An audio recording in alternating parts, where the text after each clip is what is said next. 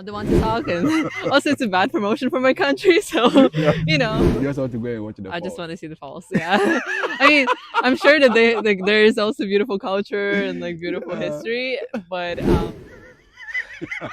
no, no.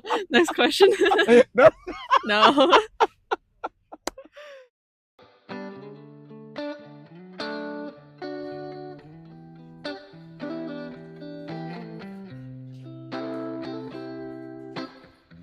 We used to hang around town pretty late.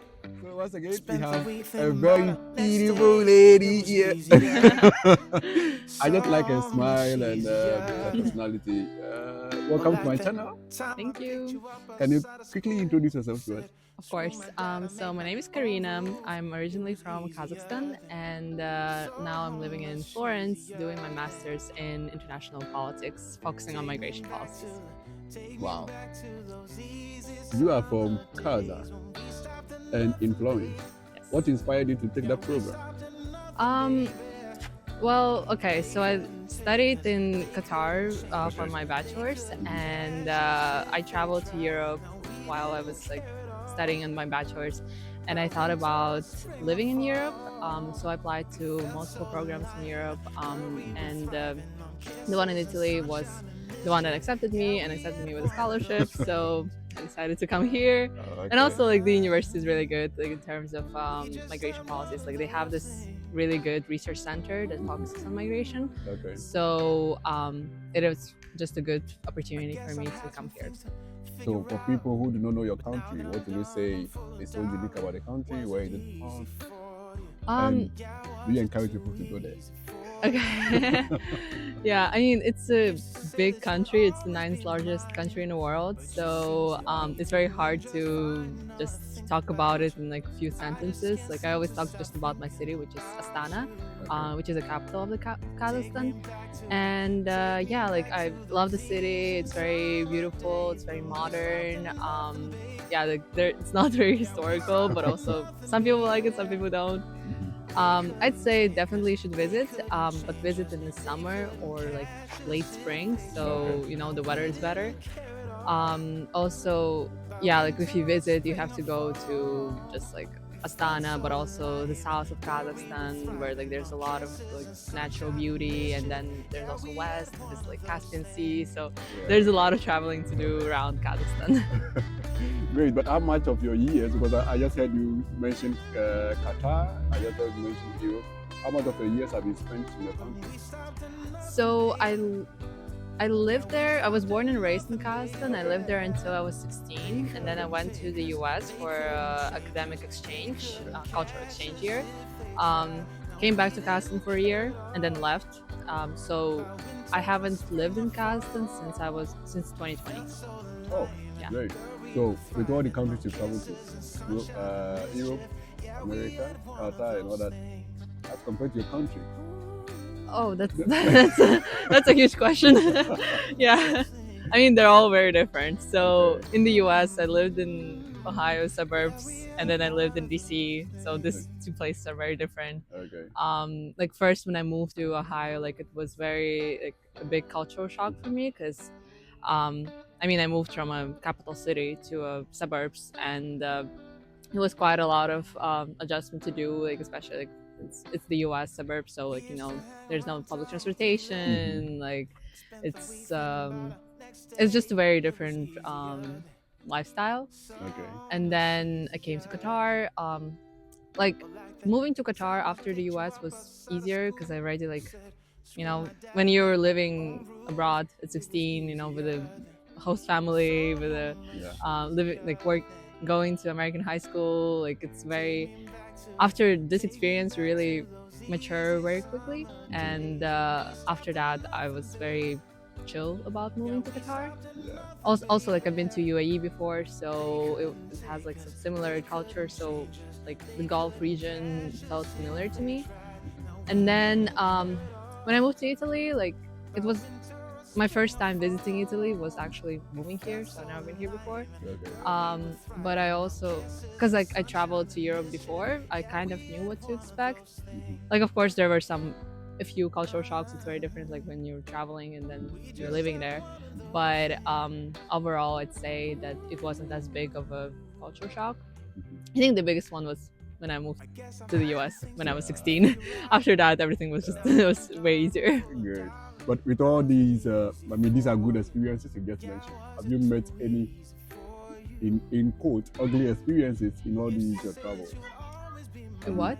Ugly experiences, bad experiences. I mean, Okay. unexpected experiences. Yeah. I mean, okay, in the US, I had some experiences with, high school shooting scares. Oh, Yeah, that was pretty, like, pretty defining moments, I'd say. Like, at some Yeah. point, like, we were, in my high school, like, we were left after, like, we had to stay in our school for a few hours after classes because and they locked the school, they locked the classrooms, like we had to lock ourselves, and then like there was police outside, and we weren't sure what's happening, and it was very scary, like few hours when I thought that there was a literal shooting like going on in the school. Turns out it was like some 10th graders who had weed in their lockers, and what was wrong. But it really scared me.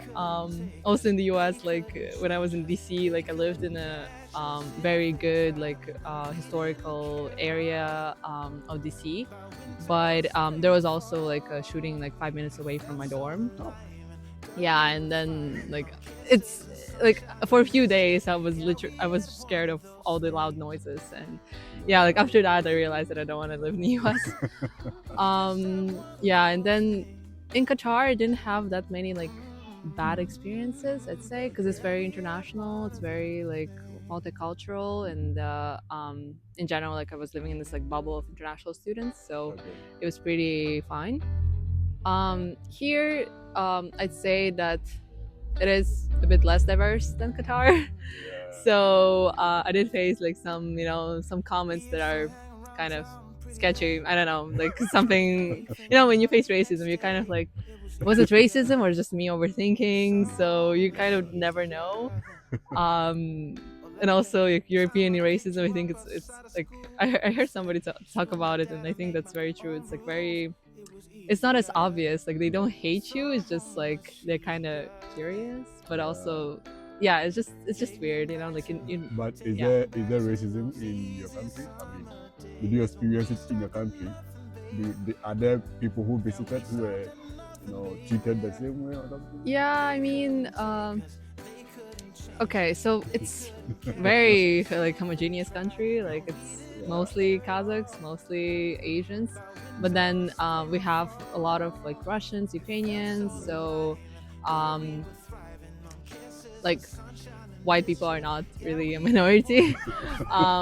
But then like when somebody from like South Asia or like from Africa would visit, then I think that maybe they would face some consequences, like some things. But I'm not really sure. I don't know. I never talked to anyone who went to Kazakhstan being of that race and like faced something. So I'm not the one to talk, and also it's a bad promotion for my country. So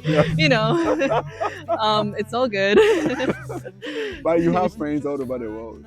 Yeah, I guess. do. Yeah. Before you left your country, I mean, you met a lot of people.